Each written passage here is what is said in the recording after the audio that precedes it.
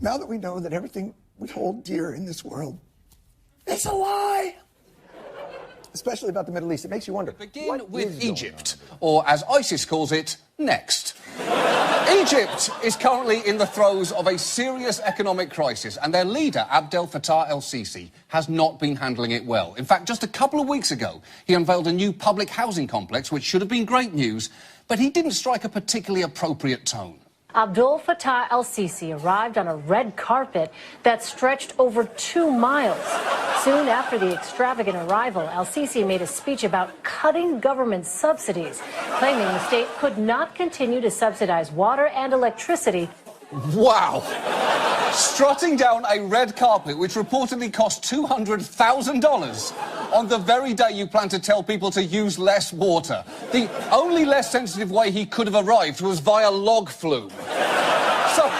So this week, el-Sisi tried again to boost Egypt's economic spirits by launching a new development strategy called Vision 2030, which frankly wasn't ideal, as that name is already synonymous with vision being not quite perfect. And wait until you hear some of the details of the plan.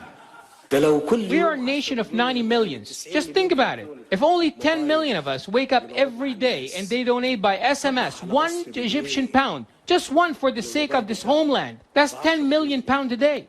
Yes, part of el-Sisi's solution was, hey, why don't you text me money? He's begging for public support the way Paula Deen begged people to keep her on Dancing with the Stars. Although I will admit, his plan nearly had one very intriguing option.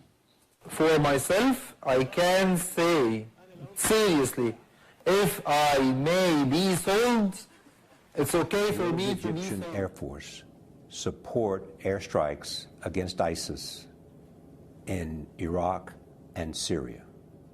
Do you need the Egyptian Air Force in such an effort? Yes, because the president would like it to be not Americans alone against Muslims, no matter how barbaric. True. True. So will you support the president by Egyptian strikes? Give us the Apaches and F-16s that you have been suspending for over a year and a half now. And if you get them... Egypt is in at the moment. What el-Sisi needed to do was reassure the country he had everything under control. But again, I am not sure he struck the right tone. And I'm telling all Egyptians that don't listen to anyone except me. I'm serious. Don't listen to anyone except me. Don't listen to anyone but me, I'm serious. It is not good when your country's leader sounds like a frightened substitute teacher. And just like a substitute teacher, you have a feeling that el-Sisi is going to be replaced very, very soon.